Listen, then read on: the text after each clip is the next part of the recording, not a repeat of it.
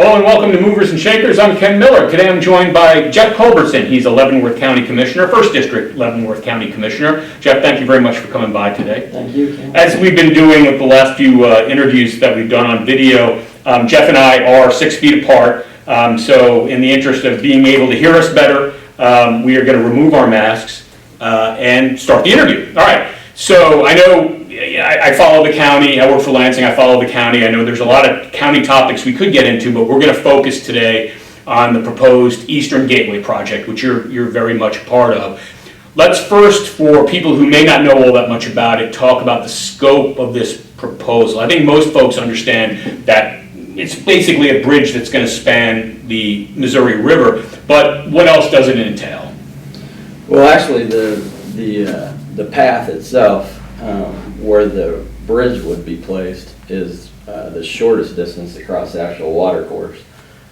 So the biggest part of the project is actually 2 intersecting highways. Mm-hmm. One from the end of Eisenhower to the river, and then the other highway would be from the river to 152. On the Missouri side? Yeah, so those are about 6 miles in length. So the bridge itself is only like 1,000 feet long. Oh, okay, all right, yeah, good point. But the total project would be about $280 million. Mm-hmm. That's including the bridge itself and the 2 lengths of highway that would connect them.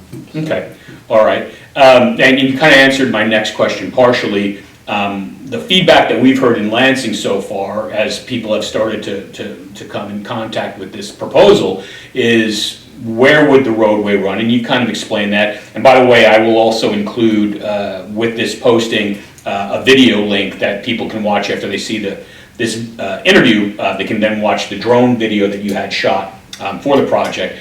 You mentioned $280 million.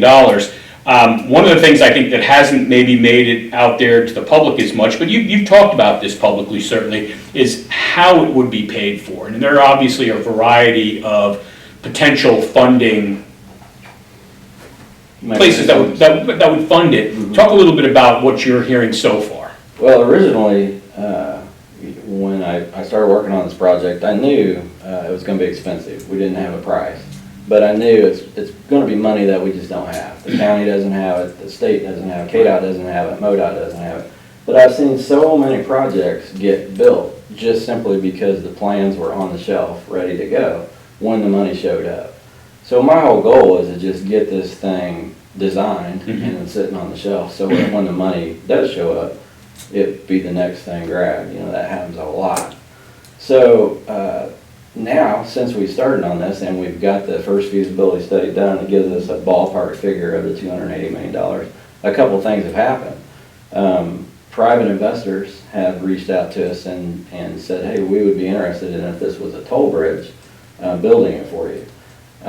Also, with the latest election, the Biden administration has pumped a lot of media through my office describing how they want to fund a lot of infrastructure projects, roads and bridges specifically, mm-hmm. and they're very interested in private-public partnership projects. Mm-hmm. So the 2, I think, most feasible mechanisms would either be the Biden infrastructure program that mm-hmm. they're talking about, or the private investor. Does it appear to you, and maybe it hasn't gone this far yet, but when the Biden administration feds have basically mentioned they're very interested in it, is it because of job creation, or what seems to be the main drive behind the Biden administration's interest? I think several reasons. The big push is, of course, the COVID relief. Mm-hmm. They're trying to get the economy back on its feet, and they see that infrastructure, local projects for infrastructure would be a good way to do that, to pump more money back into the mm-hmm. system, creating jobs, and with the end result mm-hmm. of economic development for what the bridge would actually accomplish once it's done, right? Which would be connecting, our community to North Kansas City with a 5-minute road. Right. So, and you've mentioned economic development and economic impact of this project. Talk a little bit, and one of the obvious selling points for just somebody who drives throughout the area would be cutting time off of your trip, whether it's to the Northland, whether it's to KCI, a new KCI, as a matter of fact. But when you talk about economic impact, and you're putting a road, and I think it's a Super 2 that you're talking about, more or less, from the outskirts of Lansing over to connect to 152. What does that mean in terms of economic impact? What could develop on that route? What I like to do is tell people, if you haven't been to Liberty, Missouri lately, take a drive on 152 all the way to the east end of it to Liberty, Missouri. Shoal Creek, North Oak Trafficway, Liberty, that whole area before 152 was put in, they were shrinking. They were shriveling. I talked to their city council members and I said, we didn't have a plan. We didn't know 152 was coming. It just happened. Since 152 got completed, we can't even keep up. The City of Liberty has cranes in all the horizons. Everywhere you look, there's business, industry, commercial, residential. They can't even keep up with the economic development just because of the 152 highway. We would basically be the mirror image of that because we would be the west end of 152. It dead ends now on the east end of Liberty. It would dead end on the west end at Leavenworth County. Okay. So when you're talking about 152 and for the sake of argument, extending 152 west into Kansas, how much time could people save if they wanted to go to KCI, if they wanted to go to Zona Rosa? And to be fair to the people on the Kansas side, you'd also be able to bring people from Missouri a lot more quickly here. Sure, it's going to be a two-way bridge, not Right. a one-way. I like to bring that up all the time. You know, if you've grown up in this area and you're familiar with it, you know, basically off the top of your head, I'm going to go to Kansas City, it's going to take 40 minutes. Just about anywhere you want to go in Kansas City, 40 minutes.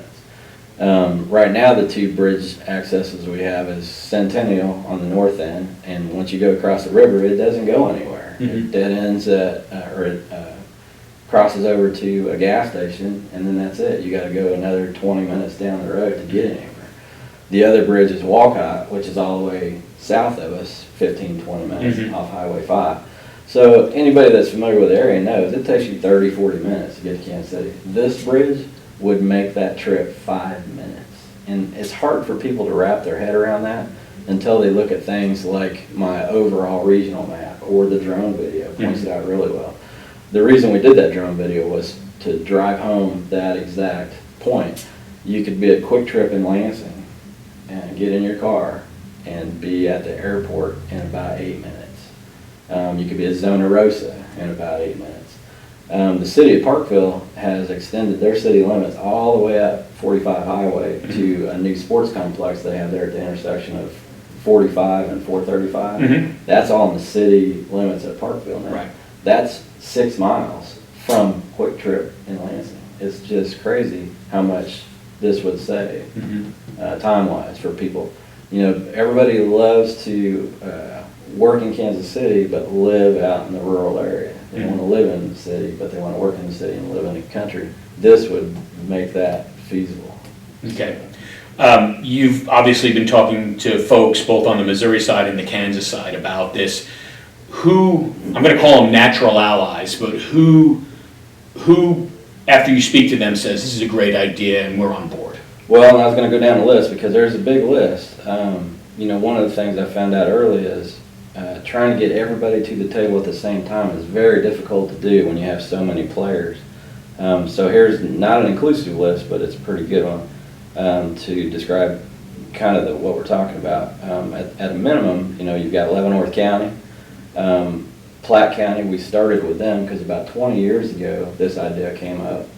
I mean, what really started, I think, is I fly little planes and I come out of Noah's Ark Airport or Olhausens, and I would always see the end of Eisenhower and the end of 152 out the same window. And from, you know, the air, it's like, why have we never connected that? And so I looked it up because I heard that somebody tried that about 20, 30 years ago. So I found a lot of documentation on it, and Platte County was one of the first ones to shoot it down. At that time, 20, 30 years ago, they weren't nearly the same position they are today. So me and another commissioner, Chad Shimke, said, let's start with Platte County and see what they think of this idea. And so we started with them, and they like the idea now because they've completely jockeyed into a different position. They've got rural septic systems going in, rural residential subdivisions. Platte city has also extended a lot of their infrastructure. So they like the idea. So we started with Platte County, then we also talked to Fort Leavenworth, City of Leavenworth, City of Lansing, City of Parkville. A lot of people don't realize the City of Parkville is extended all the way up 45 Highway now to past 435. The City of Kansas City, Missouri, KDOT, MoDOT, Mid-America Regional Council, Wyandotte County, Clay County, Platte City, Platte County, KTA, the Kansas Turnpike Authority, KCI. So we've reached out to 20 or 30 players. And like I was saying before, it's hard to get all of them to the table in the beginning, and it's hard to not let anybody feel slighted because they weren't invited to the original conversation. And that's, I mean, it's one of the things that's hard not to do, but by no means that we want to do that. So it's difficult to get everybody at the same time. Right, So right. You pick and choose who you talk to first. Right. But you try to talk to everybody, obviously, and it's not just people or localities that are going to touch the potential route. It's also those that surround it. Now, when you spoke, I want to say it's been about a week. We're recording this on February 25th. About a week ago, you spoke to the Lansing City Council, and as part of that presentation, you played a video, the drone video that we've been referring to. I think it's about 6-7 minutes long, and it's basically the drone flight from Quick Trip on Eisenhower over to where it would connect to 152 on the Missouri side.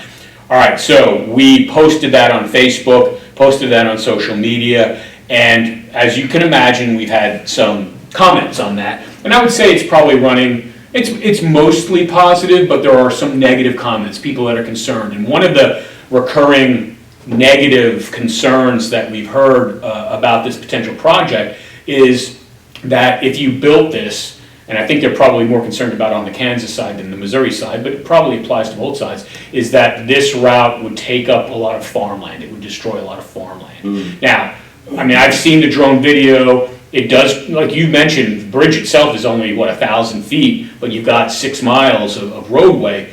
Is it going to take up a lot of farmland? Well, and that's come up before. So from working at the county for the last 20, 30 years, in the 91 flood, or 93 flood, the farm ground that we're talking about is only owned by 2 different owners.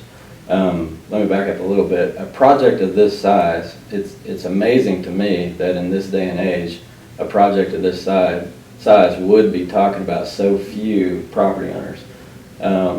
Almost no houses. And then as far as the farm ground itself, from that 93 flood, the 2 farmers that we're talking about were devastated by that flood. I know Conetter Farms was growing about 300 bushels of corn an acre before that flood. There's a lot of areas, I'm looking at the map here because you can see from the aerial photo, part of the route that we picked was targeting the sand pockets that the residue from the 93 flood caused areas of their farm to not even be farmed today. So when people are worried about how much farm ground are we going to use to do this, there's a raised elevation that we want to follow. That saves us a lot of money because it's up out of the floodplain. So it's more expensive to build in the floodplain. Sure. You have to build an elevated roadbed. Well, there happens to be an elevated runway basically that goes down the west side of this, the plans that we're looking at. And those are areas that are either treed, waste, or these bubbled up sand pits. So really there's not much good farm ground that we'd be talking about using for right of way. Okay. Now the other thing, and this doesn't matter what project it is, what government project it is, but there's also concerns about cost. Now you mentioned $280 million. I think we've already addressed the fact that there's a good possibility that if this project is ever going to see the light of day, there's going to be a lot of private money involved in designing it and building it. What though, and you mentioned tolls, and it's no secret, and there have been tolling studies for the Centennial Bridge as well. What kind of toll are we talking about? And I realize there's going to have to be a study, but are we talking about a $5 toll each way? Because there's concerns about that. Do you price people out from using it if you're talking about $5 tolls each way. You mentioned you had talked to the Kansas Turnpike Authority as well. I'm sure they're gonna give guidance on this too. What's your initial feeling on toll costs? I think people are gonna be surprised how little it's gonna cost. If you travel to Chicago, you can't go anywhere without throwing, a quarter in a bucket. They don't do that anymore, but you know what I mean. Right. They do it electronically. Yeah, Right, exactly. Right. So they take pictures and send you a bill or Right. whatever. But, people be able to get a monthly or an annual pass.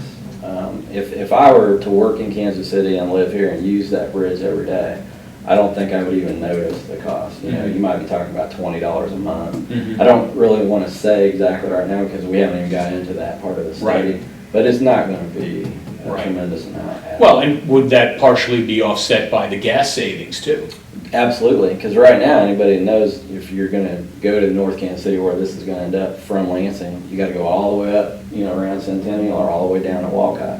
So you're gonna cut a 25-minute drive into a 5-minute drive. So, the gas savings itself, I'm sure would offset the toll cost. Okay, all right, let's wrap it up. And again, I know this is a lot of guesswork and things can change and I want to stress that this concept, this proposal is very early stage. There is no money other than paying for drone flights and studies, which it's a small chunk of change, no doubt, but there's no design money. There's certainly no construction money for this. It's not a done deal. So we want to be very clear about that. That said, though, you mentioned putting something on the shelf so that if money became available, private, public, whatnot, there was something ready, there was a plan.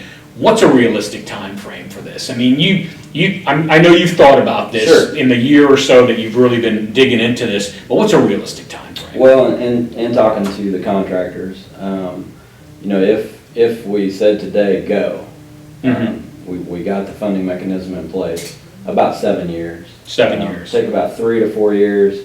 There's environmental studies that need to be done, and then your permits and all the involved departments, FEMA, would all have to get involved. So there's about 3 or 4 years of permitting and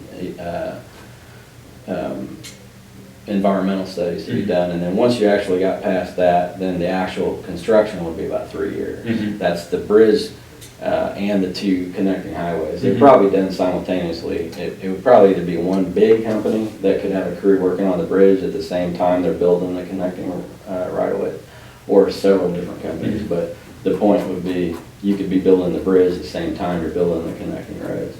And as far as the connecting roads, we looked at originally connecting McIntyre to 152, but we were concerned about exacerbating the traffic on Main Street in Lansing.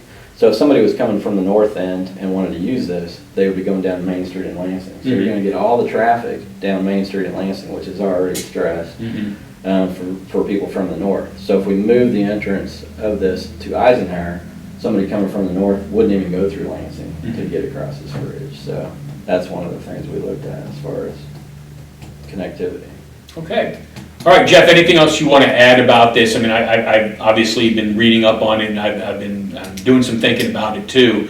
There's a lot of variables here, and a lot of things have to break the right way before you can really start getting serious about funding sources and moving this forward. But anything we're missing here that we haven't already addressed? I think you pretty much touched on everything. Like I said, my goal in the beginning was to just get this thing on the shelf so that when money showed up, well, since then, it looks like there's 2 funding mechanisms that might actually work. So who knows? We might actually get this thing done faster than we originally thought. Okay, I've been speaking with Leavenworth County Commissioner Jeff Culbertson for Movers and Shakers. I'm Ken Miller.